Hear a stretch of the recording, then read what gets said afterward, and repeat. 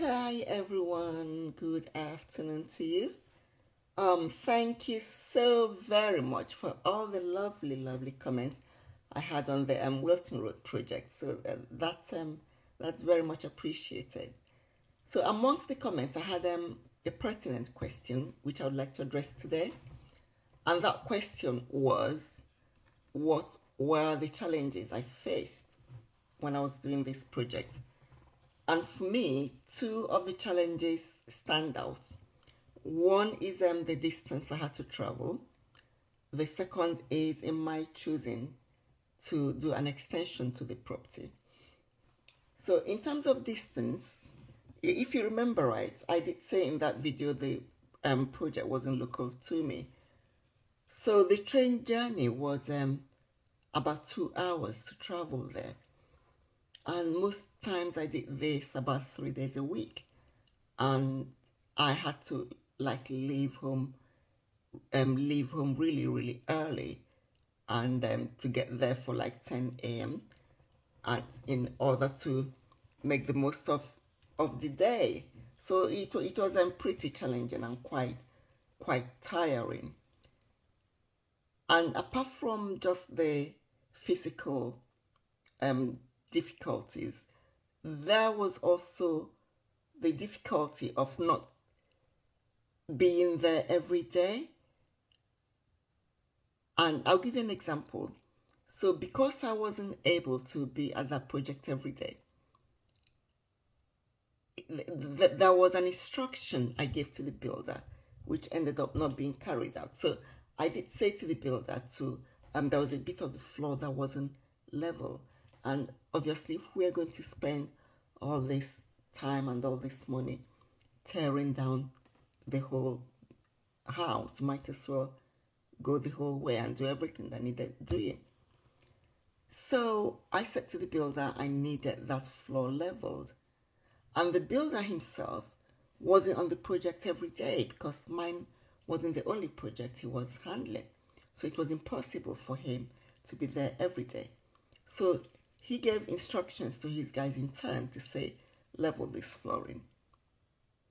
Well, by the next time I turned up, the floor had been laid and the floor hadn't been leveled. So I was faced with a situation in my hands. The option was either to pull off the whole flooring they had laid and start again, or live with it. And in the end, I chose to live with it because I didn't want to incur that additional expense, of having to start all over again. So these are the sort of things that can happen when you're not at a project every day. If I was there every day, chances are I would have turned up in the middle of them doing it or before they did it, and I would have been able to stop it. So these are the things that come with not being on site regularly. So the other challenge I faced was the extension, like I already said.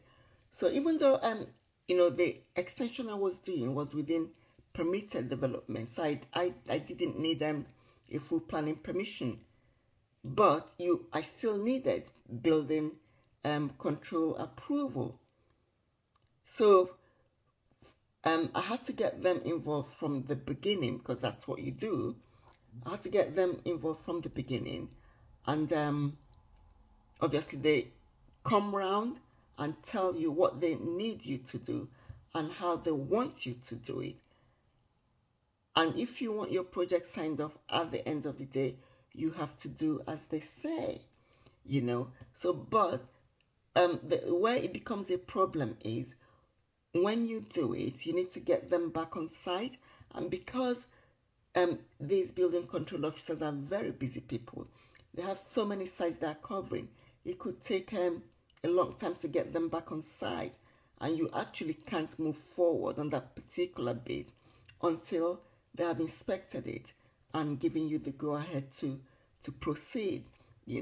So in an ideal world, I'd rather just do straightforward refurbishments where I don't have to do get building control involved, or do get full planning permission and stuff like that. I mean, those projects are, if I, are a lot more exciting.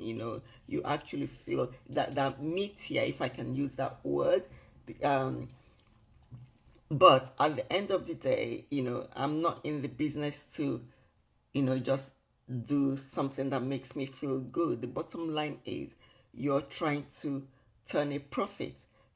So, I mean, at the beginning of my property development career, I got involved in doing new build projects.